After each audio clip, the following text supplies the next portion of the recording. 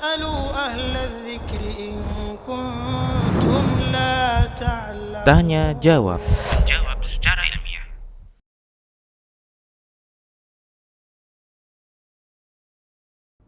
Waalaikumsalam warahmatullahi wabarakatuh ya. Jadi mengajarkan anak-anak tentang doa itu adalah suatu perkara yang penting sekali dan mendasar. Dan ini adalah di antara salah satu bentuk ibadah yang bisa kita ajarkan kepada mereka semenjak dini. Nah, tapi untuk mengajarkan mereka berdoa, maka itu harus diawali dengan mendidik hatinya untuk mengenal Rabb-nya, mengenal penciptanya. Dan kemudian kita harus menjelaskan sesuai dengan tingkat kemampuan mereka tentang kebaikan-kebaikan Allah dalam rangka untuk membangun ya image yang positif anak-anak terhadap penciptanya. Kayak contoh misalnya ya kita bermain dengan mereka, apalagi ini anak usia 3 tahun, ya. Kita bermain dengan mereka, misalnya kita bermain warna misalnya, ya. Kita menampakkan atau menunjukkan ada beberapa warna, kemudian kita tanya, ini warna apa, ini warna apa, warna apa. Dan ini baik ya untuk melatih atau untuk mengajarkan kognisi mereka untuk dari sisi penglihatan ya visual mereka sudah bisa membedakan warna. Nah, tapi seringkali kalau kita perhatikan ya metode-metode pendidikan yang dari barat ataupun yang sekuler itu cuma berhenti sampai di situ saja atau bahkan hanya memuji, kamu hebat ya, kamu pinter, udah selesai.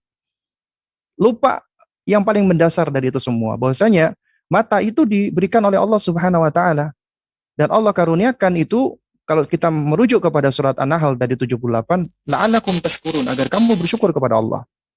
Ya, jadi ketika kita mengajarkan anak, misalnya dia bisa melihat mata, kita harus banyak-banyak menyebut nama Allah. Masya Allah, ya, Subhanallah, Allahu Akbar. Ya, kita banyak menyebut nama-nama Allah di hadapan anak. Ya, kemudian kita kembalikan pertama itu adalah kepada Allah. Jangan langsung memuji anak, tapi dikembalikan dulu kepada Allah. Masya Allah, Allah berikan kamu mata, ya, sehingga kamu bisa melihat, bisa membedakan warna. Kemudian baru kita tanya, ya, eh, siapa yang menciptakan, apa namanya, yang memberikan kamu mata, ya, Allah yang memberi kamu mata. Dengan mata kamu bisa melihat. Allah baik ya, Allah begitu baik karena Allah berikan kepada kita mata sehingga kita bisa melihat, kita bisa membeda-bedakan warna. Jadi kita harus bersyukur kepada Allah. Kita harus bersyukur. Nah, kalau bersyukur kita ajarkan ya itu ada 3 rukun. Ya bukan artinya kita sampaikan anak ya ada 3 rukun syukur, tidak, tapi langsung kita praktekkan ya. Jadi kita praktekkan ya, yang pertama adalah kita tumbuhkan dari hatinya dia bahwasanya nikmat ini dari Allah untuk membentuk al-i'tiraf, mengakui nikmat Allah Subhanahu wa taala. Kemudian baru yaitu at-talaffuz atau tahaddus bi ni'mah. Kita menyampaikan nikmat tadi. Di antaranya dengan cara kita mengucapkan tahmid alhamdulillah. Itu adab, mengajarkan adab kepada anak. Adab paling penting yaitu kepada Allah Subhanahu wa taala. Ya, ucapkan alhamdulillah. Baru kemudian kita ajarkan yang ketiga, semua karunia dari Allah Subhanahu wa taala itu haruslah digunakan dalam ketakwaan kepada Allah. Tidak boleh di dalam kemaksiatan ataupun di dalam perkara-perkara yang buruk. Ya. Jadi ini konsep yang perlu kita tumbuhkan pertama kali kepada mereka. Nah, yaitu agar mereka menjadi hamba yang bersyukur. Makanya kalau kita mengupas ya metode Luqman alaihissalam, itu ternyata ayat-ayat pertama setelah Allah memuji Luqman, Allah berikan hikmah, yaitu Allah berbicara tentang konsep syukur. Kenapa? Karena ibadah itu nggak bisa lepas dari yang namanya ya syukur kepada Allah. Ya, baru kemudian sabar. Nah, kita harus ajarkan yang pertama syukur. Dan syukur inilah yang nanti ya akan akan semakin membentuk anak-anak untuk semangat beribadah kepada Allah Subhanahu wa taala. Di antaranya kita ajarkan berdoa ya. Jadi untuk mengajarkan kepada anak-anak itu kita pertama harus sabar, nggak boleh tergesa-gesa. Jadi yang perlu kita pahami, kita ketika hendak mendidik anak-anak harus dengan hikmah. Hikmah itu juga memiliki 3 rukun.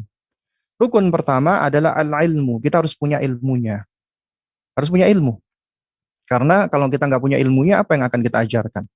Yang kedua, nggak cuma ilmu saja, juga harus al-hilmu dengan cara yang santun, dengan cara yang baik, dengan cara yang lemah lembut. Ya, tidak dengan cara ngomelin, mencerocos, mengkritisi, melabeli, tidak dengan cara seperti itu. Baru kemudian yang ketiga dengan dengan at-ta'anni, yaitu tenang, tidak tergesa-gesa, tidak pengen instan. Apalagi nih anak baru usia 3 tahun ya. Jadi jangan lakukan pendekatan dengan cara paksaan ya, tapi lakukan pendekatan dengan cara memberikan contoh. Misalnya ketika dia mau makan, kita contohkan doa. Kita doa di hadapan dia ya. Kemudian kita jelaskan alhamdulillah Allah kasih kita makanan ya. Ya, itu kita jelaskan makanan ini adalah dari Allah Subhanahu wa taala ya.